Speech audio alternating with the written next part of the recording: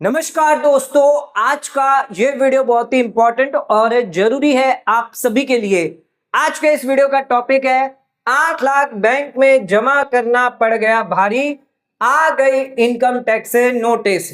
दोस्तों, एक व्यक्ति है जिसने अपने बैंक अकाउंट के अंदर, सेविंग बैंक अकाउंट के अंदर 8 लाख रुपया कैश जो है वो जमा कर दिया और इस कैश के बदले इनकम टैक्स डिपार्टमेंट द्वारा उनको नोटिस भेजी गई और उनकी इनकम में ऐड करने के लिए कह दिया। बहुत ही इंपॉर्टेंट ये मैटर है क्योंकि यहां पर 8 लाख रुपए सिर्फ जमा किए थे कैश, उसके बावजूद भी यहां पर इनकम टैक्स डिपार्टमेंट द्वारा नोटिस आ गई है।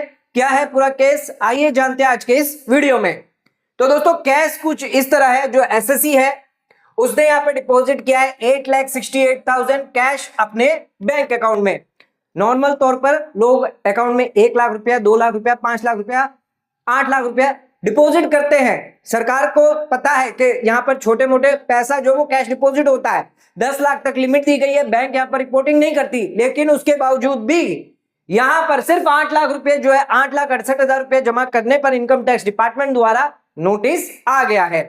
अब ये जो नोटिस आया है वो तो ठीक है, लेकिन इस कैश को क्या किया है इनकम टैक्स डिपार्टमेंट का कहना है ये जो कैश डिपॉजिट किया है ये आपकी अनडिस्क्लोज बिजनेस इनकम है, हम इसे बिजनेस इनकम मानेंगे और इस पर टैक्स लगाएंगे। यहां पर आपकी ये बिजनेस इनकम है जो आपने इनकम टैक्स रिटर्न में नहीं दिखाई और इसी के साथ ये प्रिजम्पटिव टैक्सेशन के हिसाब से 44 AD के तहत इस कैश डिपॉजिट को हम बिजनेस इनकम मानेंगे। एसएससी जो है उसने ये कहा कि ये जो पैसा डिपॉजिट किया है ये इसकी कोई भी बिजनेस इनकम नहीं है। उसने कहा मेरे पास कुछ सेविंग पड़ी थी, पैसा किसी से गिफ्ट में आया था, शादी ब्याह में मिला था, तो पैसा पुराना जो है मेरे पास आ रहा था जिसके रिगार्डिंग जो गिफ्ट डीड है, एफिडेविट है, सारे डॉक्यूमेंट जो है उसने दिखाए, लेकिन उसके बावजूद भी टैक्स ऑफिसर मानने के लिए तैयार नहीं है। ना ही सीआईटी अपील भी है मानने के लिए तैयार है, जिसकी वजह से ये केस जो है वो आईटीएटी के अंदर आ गया और आईटीएटी ने जो है यहां पर अपील को जो है वो अलाउ किया गया। एसएससी के फेवर में डिसीजन दिया गया और टैक्स ऑफिसर को कहा गया कि आपने अपने जुडिक्शन से बाहर जाकर यहां पर आप प्रूव नहीं कर पाए हैं जो बिजनेस इनकम आप बोल रहे हैं, कम से कम प्रूव तो करिए कि ये बिजनेस इनकम है, इनका बिजनेस चल रहा है। अगर आप प्रूव नहीं कर पाएंगे तो ये कैश डिपॉजिट बिजनेस इनकम नहीं मानी जाएगी। तो यहां पर कैश डिपॉजिट जो है वो ऑटोमेटिक बिजनेस इनकम नहीं मानी जा सकती।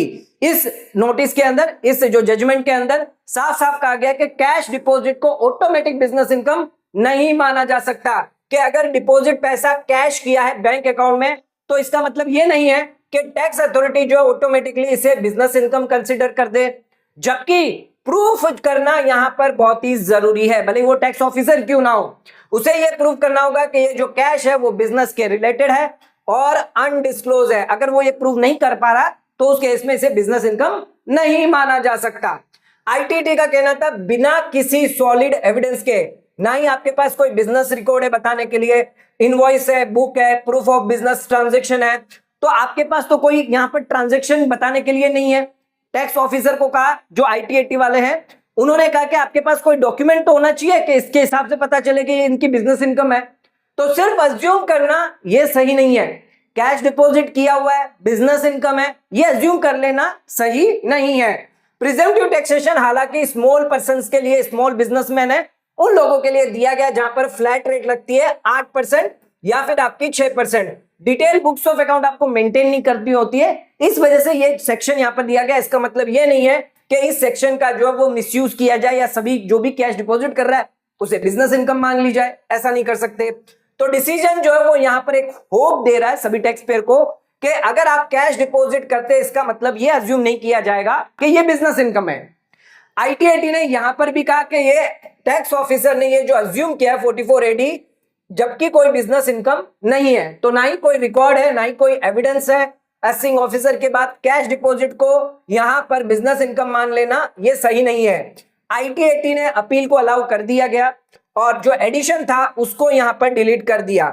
यहां पर आपको किन किन बातों का ध्यान रखना है अगर आप कैश डिपॉजिट कर देते हैं अपने सेविंग बैंक अकाउंट में। आइए मैं आपको बताता हूं। अगर आप कैश डिपॉजिट करते हैं सब्सटेंशियल अमाउंट, यानी 4 लाख, 5 लाख, 8 लाख रुपए आप डिपॉजिट कर रहे हैं, तो प्रॉपर आपको एक्सप्लेन करना पड़ेगा उसका सोर्स।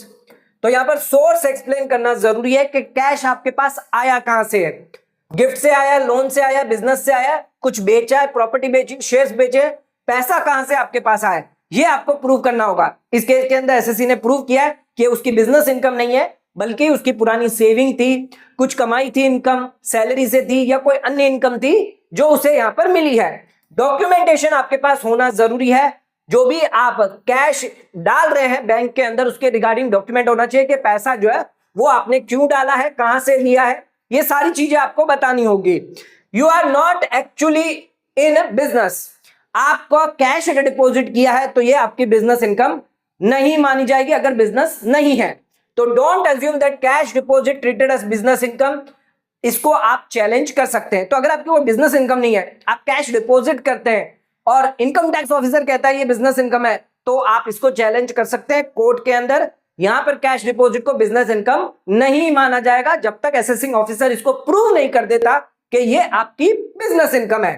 तो टैक्स ऑफिसर के पास प्रॉपर एविडेंस होना चाहिए अनडिस्क्लोज इनकम रिगार्डिंग। जो भी ये अनडिस्क्लोज इनकम है, इसे बिजनेस इनकम मान रहे हैं, तो प्रॉपर प्रूफ भी असेसिंग ऑफिसर के पास होना चाहिए कि ये जो इनकम है ये इन्होंने डिस्क्लोज नहीं कर पाए हैं या इसका कोई प्रूफ नहीं दे पाए। जबकि एसएससी ने सारे प्रूफ दिए हैं, पैसा कहां से आया, कैश कहां से आया और फिर कहां पे डिपॉजिट किया है, सारी चीजें जानकारी दी है। तो यहां पर आपका कोई एडिशन नहीं होगा। अपील जो है वो यहां पर अलाउ करी गई है। एक इंपॉर्टेंट डिसीजन, एक इंपॉर्टेंट जजमेंट जो यहां पर दिया गया।